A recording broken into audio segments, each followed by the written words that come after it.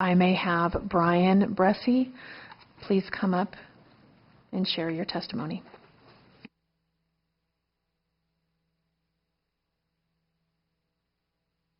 State your name first, please.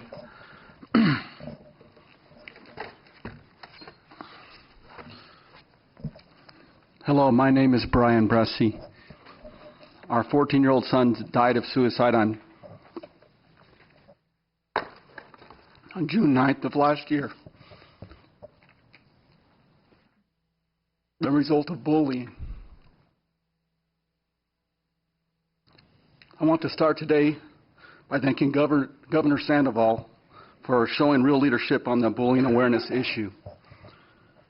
Many leaders of lesser character in the past have chosen the path of ignoring or aggressively covering up for bullying, especially if it involves a suicide. To his credit, Governor Sandoval has not done that. I also want to commend Jason Landberth for his work.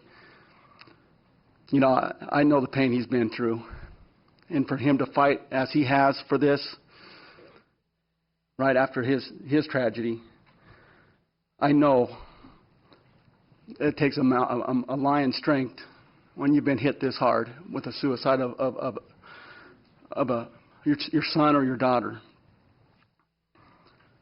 He's worked to save the next child's life, the next family from suffering as we have. And I'm hoping that I can help in that effort to prevent that from happening to the next child's family. And you know what? You think it's not your child? That's what I thought too. So don't ever pretend that it's not your child next. Bullying defenders blame everything but the bullying itself as the cause of bullying and suicide, starting with mental illness. They always try to do something else. It wasn't bullying. They become aggressive in that even. Bullying and suicide is most certainly a result of mental illness. But these bullying defenders neglect to tell the whole story. Research by the National Institute of Child Health and Human Development found that children and adolescents who are bullied are at increased risk for mental health problems. Bullying itself is a likely cause of mental health issues found in bullying and suicide cases. And that truth played out in our very home. As parents, we noticed a distinct yet slow change in our son's moods that appeared not long after his 14th birthday. We couldn't quite figure out what was going on, although we did ask him on several occasions,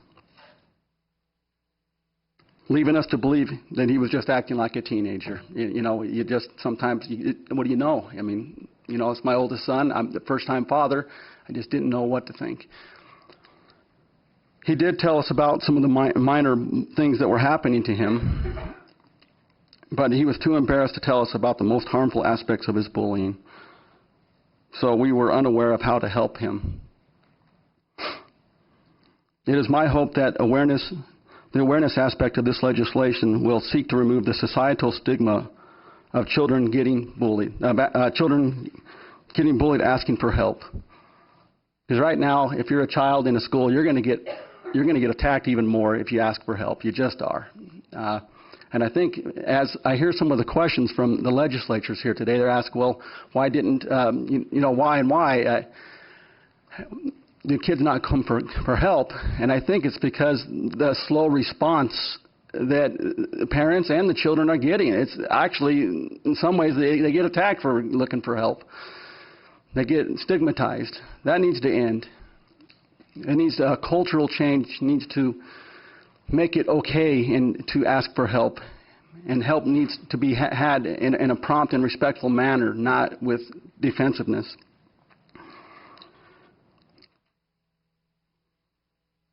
After his death, our search through suicide notes, chat logs, and talking to neighbor kids uncovered what he couldn't tell us while he was alive.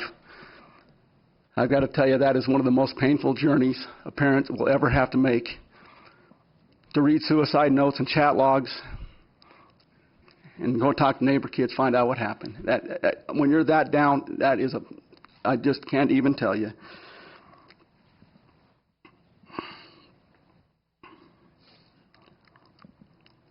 We had just moved to a new neighborhood, and Samuel brought 2 neighbor kids he just met down the street to Scouts at our new church location. So we had just moved, new neighborhood, and a new church building.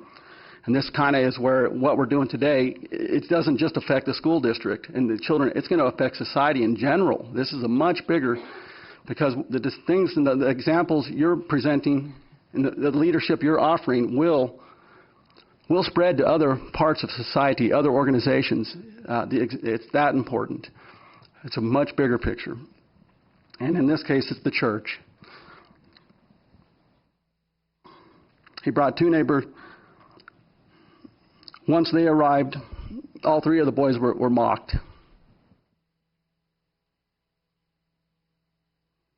Samuel came home and told us one of his new friends hid behind him out of fear while there. So as soon as they arrived, one of the kids became fearful. He hid behind my son. And what we came to find out after the fact is kids from church have been bullying this friend at school. He's kind of small for his size, for his age, and they've been calling him faggot and gay and all kinds of horrible things. Kids from the church have been doing this. And because Samuel had brought him there, he was a new target for that exact type of attack. Led to him being called gay and faggot. You know the irony of this? As we knew this friend of his was in trouble. My son Samuel came to me and told me, you know what, this neighbor kid is suicidal. He's struggling. And we, as a family, decided to take him on and try to help him. We knew he was in trouble. And to friendship him and to love him. We took him to lunch. We'd get him a Slurpee, all kinds of things. And we took him to Scouts. And the irony of it is, that's the very reason that my son was bullied. Is because he took this kid that we were, as a family, helping. And he even came to me one day, and Dad, do you think we're saving his life? And I said, yeah, Sam, I really do. I think we are saving his life. That is the kind of personality Samuel was. He had a wonderful son. I couldn't have asked. But he cared about people. And he cared about this kid that we were fellowshipping. And the irony of it is, because of that gentleness, that he got in a situation where he couldn't handle. Same situation that the kid was in. He got pulled into it with him.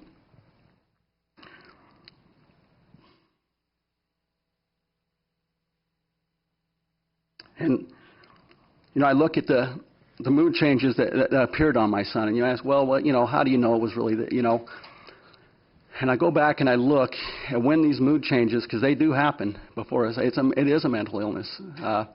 Started to happen, and I go back and I carefully look, and when we started to notice these things in hindsight, and it happened exactly the time that he brought these kids to Scouts at the church, and he started getting called faggot and gay, which they made sure was spread to his school, because we got chat logs on that too.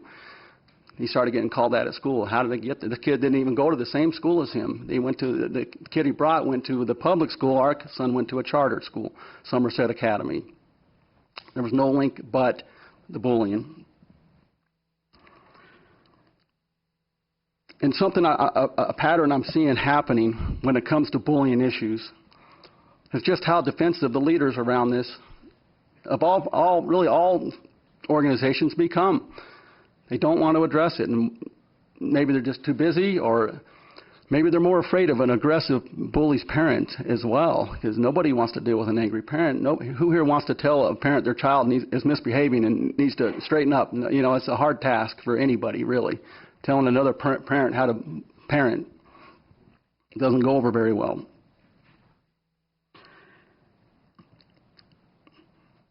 And what we sought resolution from the church to address this, and it's a very similar story to what I'm hearing about the school.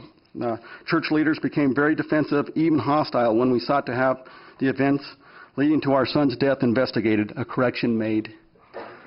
At this point, it's not about my son. He's already dead. It's a painful blow, but what about the next child, the next family? With liability concerns and the general desire to avoid the responsibility of addressing it with the bully's parents, which is a difficult task. Even leaders of a church where a higher standard is expected failed to do the ethical thing after a painful tragedy caused by bullying. Like with many issues, society cannot always rely on ethics of individuals to properly address bullying. We just can't rely on the individuals. We just can't. We have to have guidelines and legislation.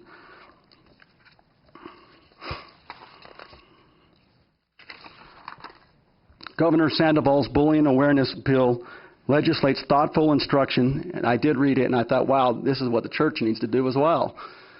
Not just to all organizations, to report and to make people accountable, adults and children. Legislates thoughtful instruction on how bullying should be handled, as it is badly needed in the state of Nevada to protect our most vulnerable children in our schools. I hope this legislation will apply to charter schools as well, because they have the same problems. They really do. So to ignore them or to say they're their own organization, it's not. They're getting funded by the state. They need to follow the same rules. Defenders of bullying deflect responsibility by saying that it is healthy for kids to experience bullying, as it prepares them for the hardships of life. Oh, we don't want them to be soft. It's good to get a little bit of, this is kind of the, people brush this off as a way to just avoid it, really.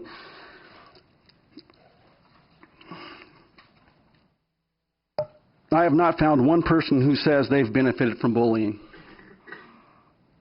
I mean, think about your own childhoods, your own lives, your own bullying. Did you benefit from that? I don't think you did. I haven't heard anybody say they have. So that's really not adequate reason to not address it. I have not found one person they've said they've benefited. Or they say children should be taught to defend themselves and pound the bully. This is another answer. All that you need to teach your kids to toughen up and just pound them and take care of it.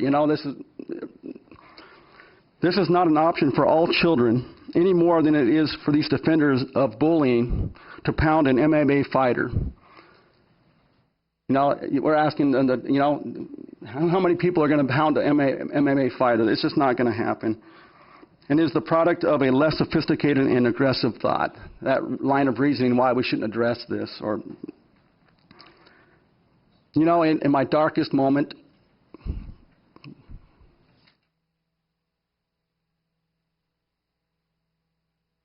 I've known it's not about the children in this.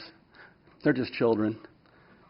You might think I have great animosity or hatred for the children that did this to my son, and I really don't, to tell you the truth. I really don't. To me, I don't even think about it. The forgiveness for that did not take very long at all.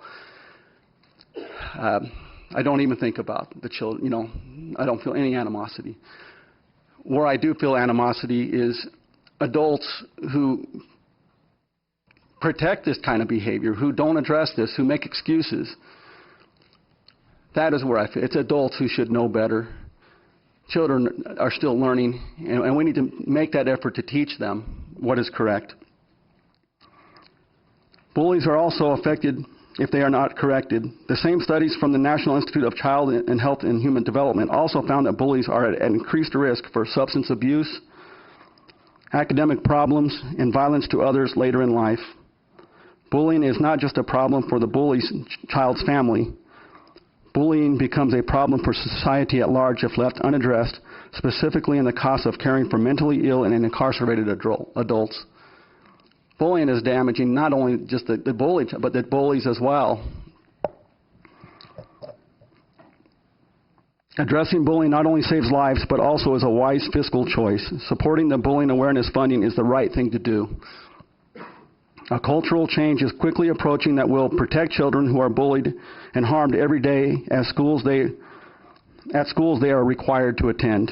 Like with slavery or racism, humanity will look back and wonder how we ever tolerated so many children to be abused daily for so long, and the societal damage that resulted from it. Now is the time to be on the right side of history, to lead Nevada into a safer and more decent world. I thank you for inviting me here today. Thank you.